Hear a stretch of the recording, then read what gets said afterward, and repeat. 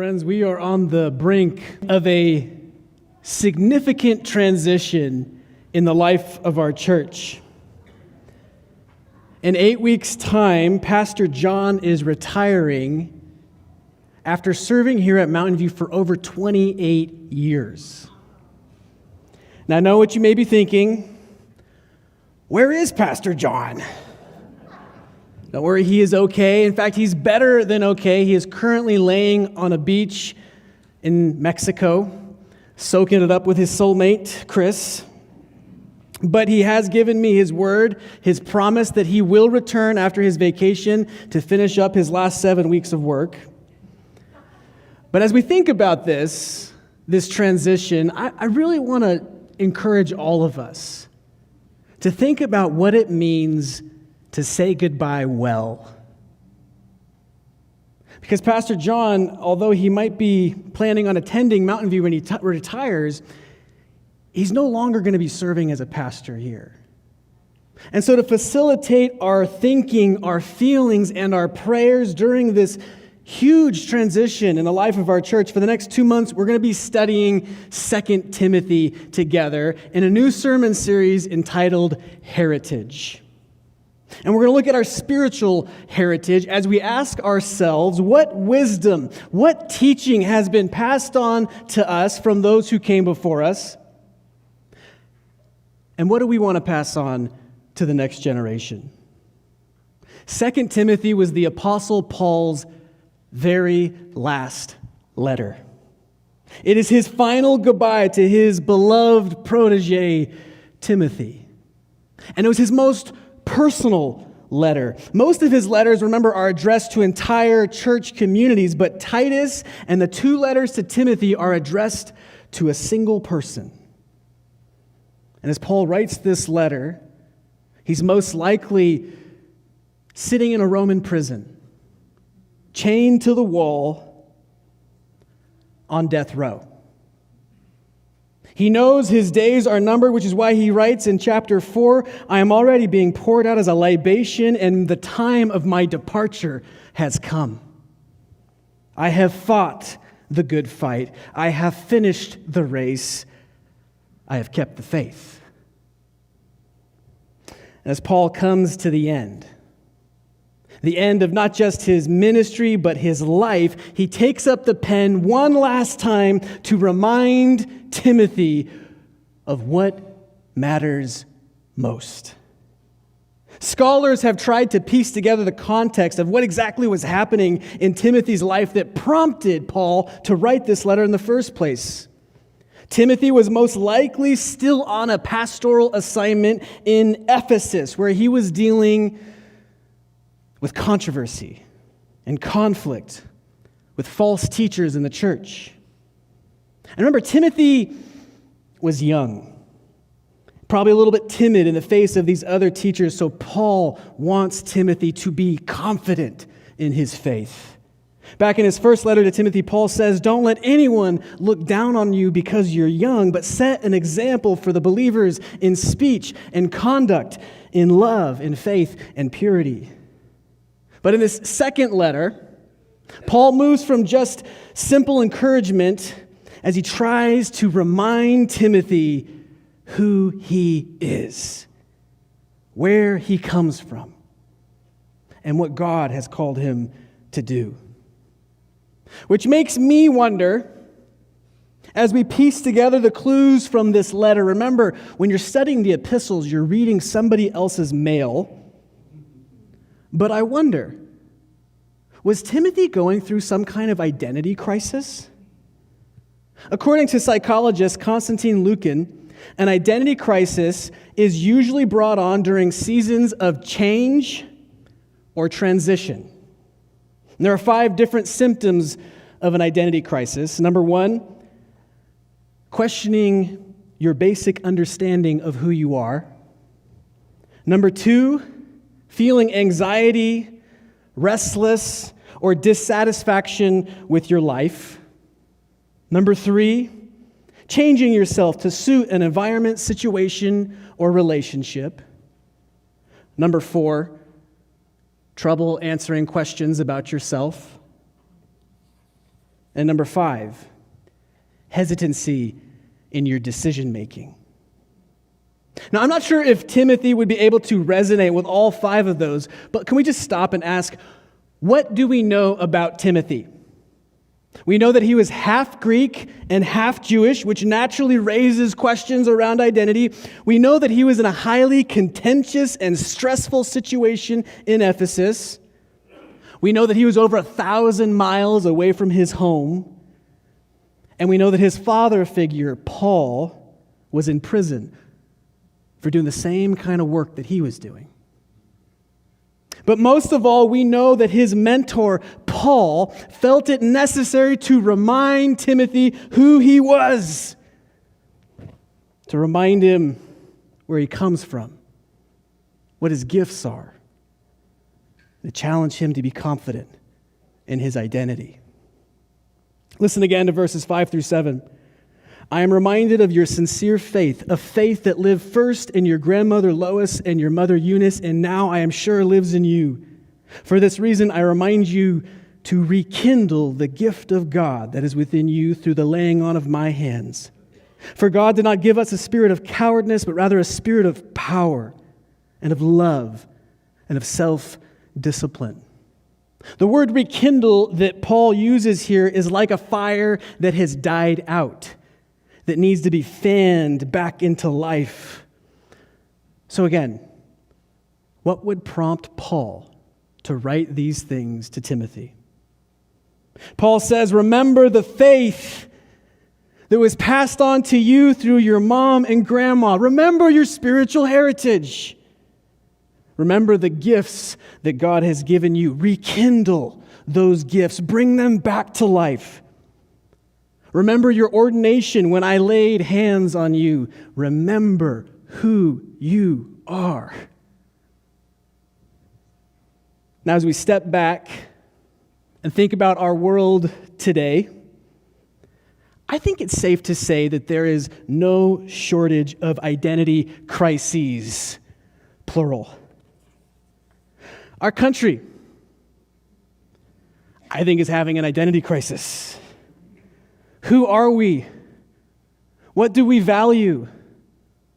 What does the future of the United States look like? The church as an institution is having an identity crisis as we try to make sense of the decline of Christianity in America. Why are so many Christians deconstructing their faith, asking the question, what do we believe? What unites us as a church in the body of Christ? As we think about people as individuals, I'm convinced that most people in our culture don't know their true identity. It's an identity crisis. Remember, your identity matters because you draw your sense of worth from your identity. You find your place in the world through your identity. But it's a confusing time because we're being pulled in all sorts of directions regarding how our identity is shaped. Our capitalist economy wants you to think of yourself strictly as a consumer. That's who you are. Your wealth is tied to your worth and how much you make.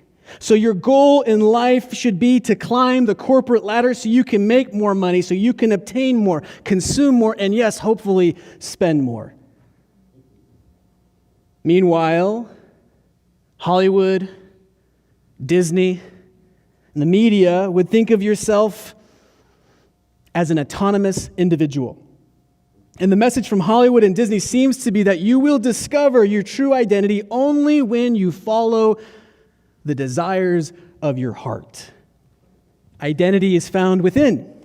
And this kind of thinking actually stems from Enlightenment philosophers like Rousseau, who taught that the human heart is intrinsically good.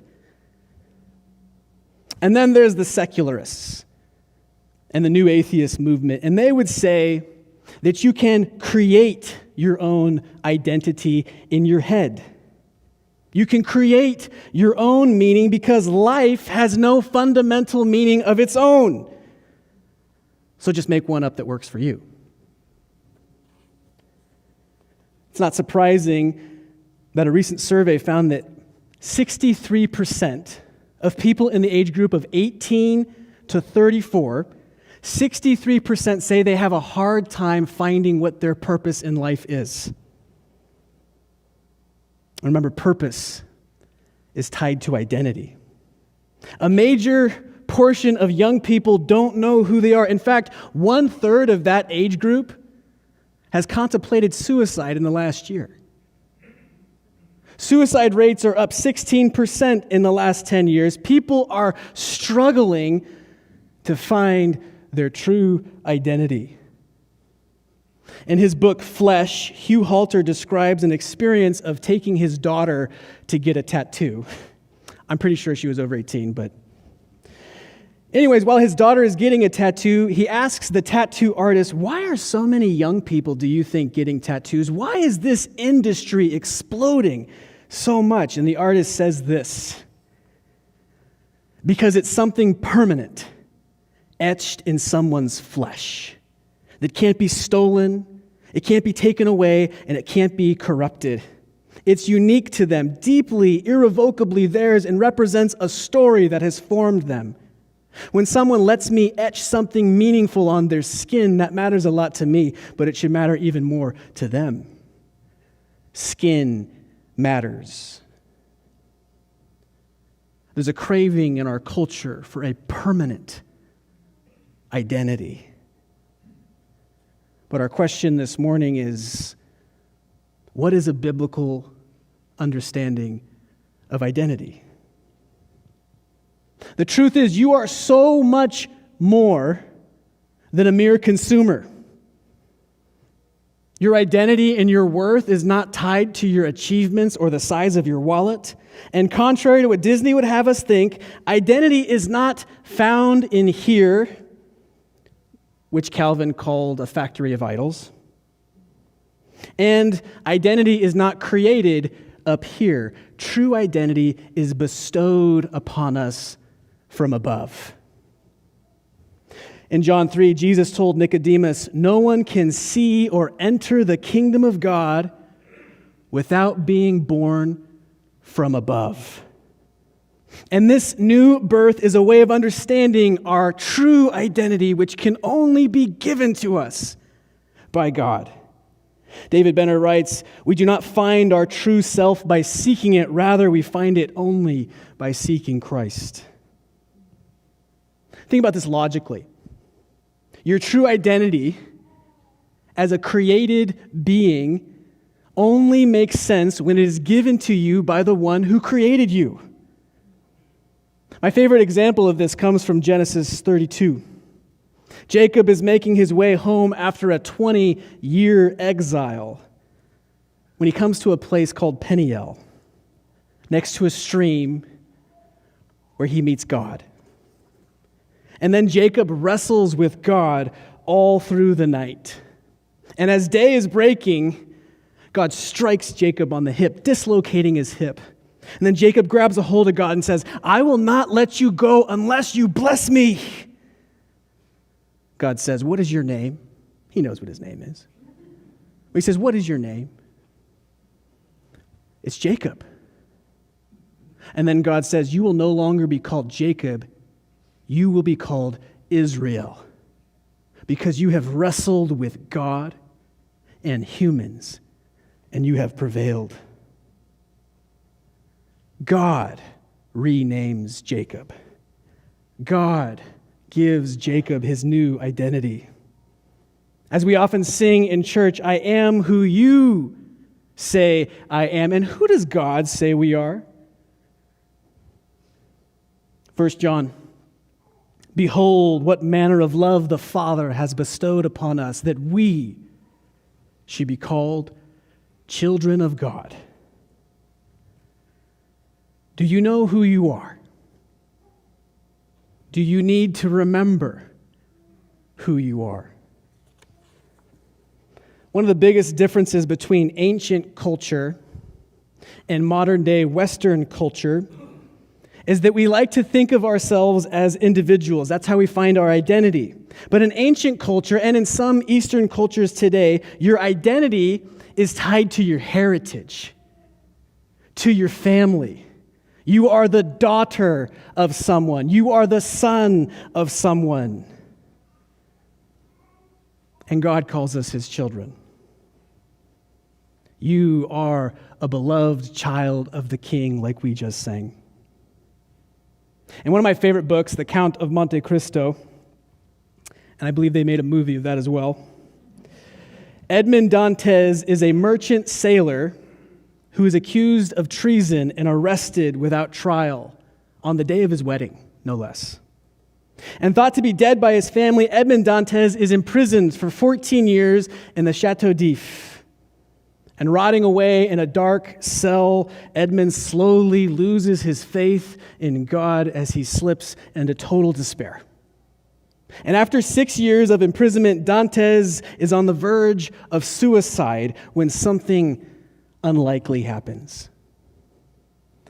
Abba Ferreira, a priest and a fellow prisoner, emerges from the floor of Dantes' cell. Ferreira was trying to dig an escape tunnel, but he dug in the wrong direction and ended up in Edmond's prison cell. And over the next 8 years, they dig together. And Ferreira gives Dantes an extensive education in language and culture and science and economics and warfare. But at the end of their time together, as Ferreira is close to his death, he tells Edmond about the location of an enormous treasure, and he wants Edmond to have it. Edmond says, "This treasure belongs to you, my dear friend. I have no right to it. I am no relation of yours." And Ferreira says, "You are my son, Dantes. You are my son.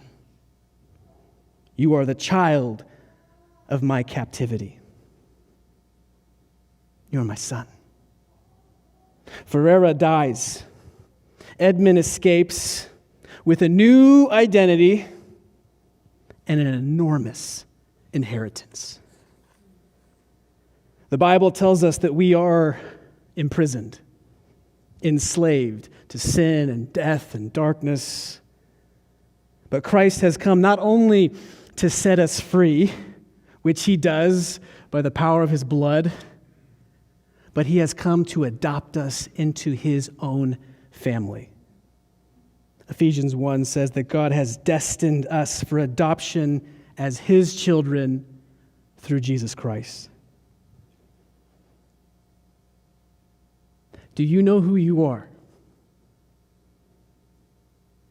Do you remember who you are?